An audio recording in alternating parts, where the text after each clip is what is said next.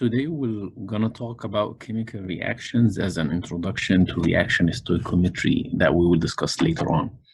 So, by definition, a chemical reaction is any process that will transform the original substances into new substances. It will change the chemical nature of the involved substances in the process. And usually, when we describe a chemical reaction, we use a chemical equation. It's basically a description of what's going on in a given chemical reaction. So it describes what happens to the reactants when they transform into products.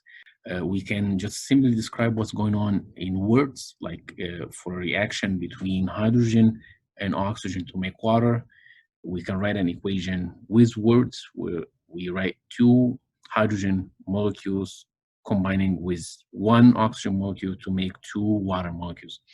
However, to make this description as concise as possible, we use chemical symbols for the formula of the reactants and the products. And the coefficients in the equation will stand for the number of molecules of each species involved in the whole process. Most of the chemical reactions occur in solution. And the reason for that is that solutions will actually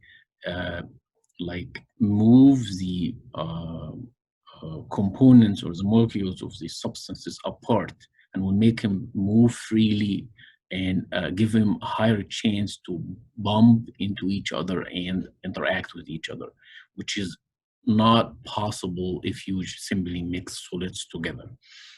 The interaction in solids will be only possible as the interface between the solids and each other, which is not a big fraction of the molecules. In solution, there are two types of dissolution of the substances depending on the nature of the substance. The first type is molecular dissolution, which is what actually happens when you dissolve sugar in water. What happens in this case is that molecules of sugar will move away from each other, but they will stay intact as a whole molecule. It's not gonna split apart into submolecular species, but they will be away from each other and moving freely from each other. So it's gonna be free molecules of sugar moving freely in a sea of water molecules. What happens in case of a salt solution is different. In this case, the formula of the salt, like NaCl, for example here, does not stay intact. It will split into submolecular species or ions. So it will split positive sodium ions away from negative chloride ions. And the positive and negative ions will be moving around freely away from each other. And this process here is called dissociation. The ions will dissociate away from each other. And these two types of behavior in terms of the solution will have a lot of implication on the properties of the solutions that we will form in each case. So before we discuss these differences, we want to define a couple of terminology in the context of solutions. A solution is any homogeneous mixture of two or more substances. And the substance that exists in larger amount is going to be called the solvent, and the substance that exists in smaller amounts is going to be called the solute. It is generally liquids. For example, the soft drink is a solution of sugar and carbon dioxide as solutes dissolved in water as solvent. But it could be also gaseous solutions like air. Air is the gaseous solution with the solvent that exists in the largest amount, nitrogen gas, and smaller amounts of oxygen, argon, and methane.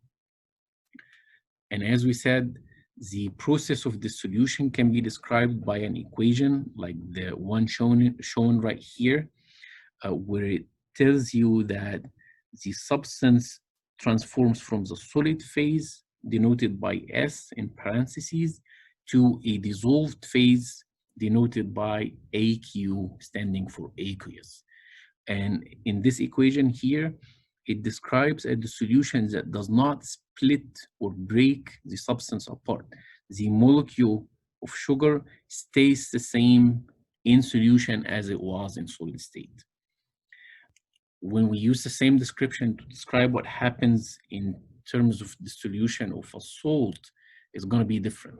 We can write a molecular description like what we wrote for the previous sugar example, but this is not going to be telling the whole story about what's going on, because it does not tell us clearly what happens, which is a dissociation of the ions away from each other.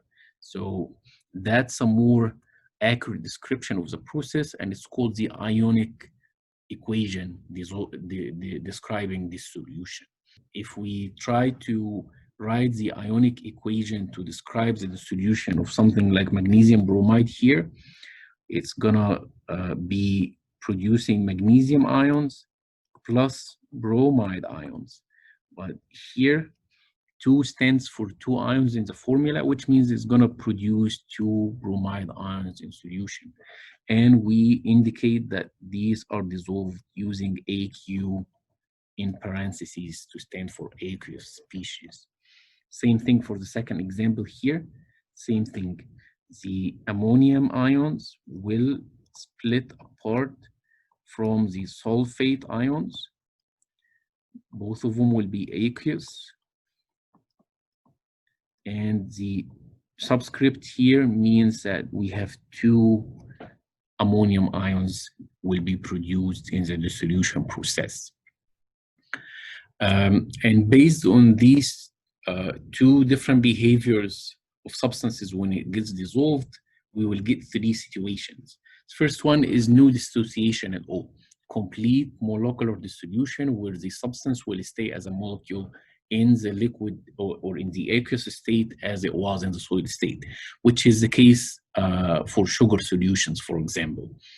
And the second case, the second extreme, is 100% dissociation, which occurs in cases of salts like sodium chloride, where you can see that the ions will completely dissociate away from each other. It's 100% dissociation, where you no longer can find any associated Na associated to Cl ions together in solution. And there is a case in between where you will have a partial dissociation in the substance. So you will find part of the substance stays as a molecule in solution, aqueous molecule, and a fraction will split or dissociate into the corresponding ions. And that's basically the case in very specific group of substances, which is the weak acids and bases. And we'll discuss this in a little bit more details in the next slides. But the implication of that partial dissociation is that it's actually a reversible process, which means you will constantly find that a fraction of the molecules will split into the corresponding ions, and the corresponding ions will constantly recombine to make the molecules again. And at any point of time, you will have a concentration of all the 3 species. You will never achieve a case where you have 100% of the molecules or 100% of the splitted ions. So you will always have the undissociated molecules beside both the ions in the sample. And the effect of these different behaviors is that it affects the electrical conductivity properties of solutions. So if you have no dissociation, that means you have no charged ions in solution. So it's not going to be able to conduct electricity, because conducting electricity requires free charged particles in solution, which doesn't exist in this case. So, and that type of substance will be called non-electrolyte. If you have the other extreme, 100% dissociation or splitting, that means you will have a huge amount of free ions that can move freely around in solution. So it's gonna be able to conduct electricity. And actually that's a mistake. It's gonna be a strong electrolyte in this case, because it's gonna have a very high electric conductivity. If you have a partial dissociation, you will have a medium concentration of ions in solution, which will mean you will have some degree of conductivity, or low conductivity if you compare it to the strong electrolyte. That's why we call it weak electrolyte. And you can decide or predict what type of behavior to expect for the substance based on the nature of the substance. If the substance is covalent compound that doesn't have ion in the structure or ions in the structure, when it dissolves, if it dissolves, it's gonna dissolve as a molecular species with no possibility of forming ions. So any covalent compound will be non-electrolyte and will produce no ions in solution. If it's a strong acid or a salt, it's gonna be completely dissociating to 100% of the corresponding ions. And it's gonna produce a huge amount of ions, so it's gonna be a strong electrolyte.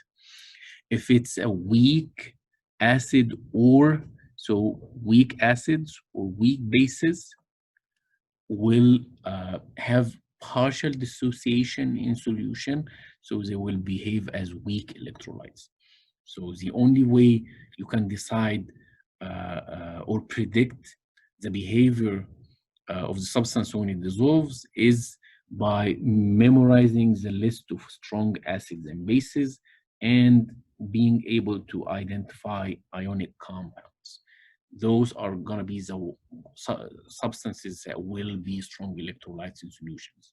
Anything else, if it's covalent, is going to be non-electrolyte. If it's weak acid or weak base, is going to be a weak electrolyte. So in general, different types of reactions can be predicted because most of the reactions will occur in a displacement or exchange process, where the cation of the first substance will combine with the anion of the second one to make a new combination or a new substance, and vice versa. The anion of the first substance will combine with the cation of the second one and make a new combination in the product. So based on that, we can make predictions or write down the expected outcome of any combination of substances. So for example, the first type of reaction is called substitution or single displacement reaction, where you find that the element is actually displacing another element in the salt. So magnesium will displace hydrogen in the molecule of HCl to make MgCl2 and release hydrogen as an element, as a pure element. We have also double displacement reaction, where as we said, the cation of the first substance will react with the anion of the second one to make a new combination of a salt, and vice versa. The anion of the first reaction combines with the cation of the second one to make a new combination, which is water in this case. This is called the double displacement reaction. Third type is called the oxidation reduction reaction. And in this reaction, you're actually exchanging electrons. So that's an example for an oxidation reduction reaction, because if you follow the charge of each element, you will find that magnesium has zero charge when it starts the reaction, but after the reaction is complete, magnesium here has a 2+ charge. How did I know it's 2+ charge? Because I have 2 Cl, and Cl is known to have a -1 charge. So we have 2 minus. That means that magnesium has to be 2+. So what happens here is that magnesium actually changed its charge from 0 to 2 plus, which means it lost 2 electrons out, right? And if you follow the charge of something like hydrogen, you will find that it changed from 1 plus to 0, right? So that means that it gained 2 electrons. So what happened is that 2 electrons moved from magnesium to hydrogen.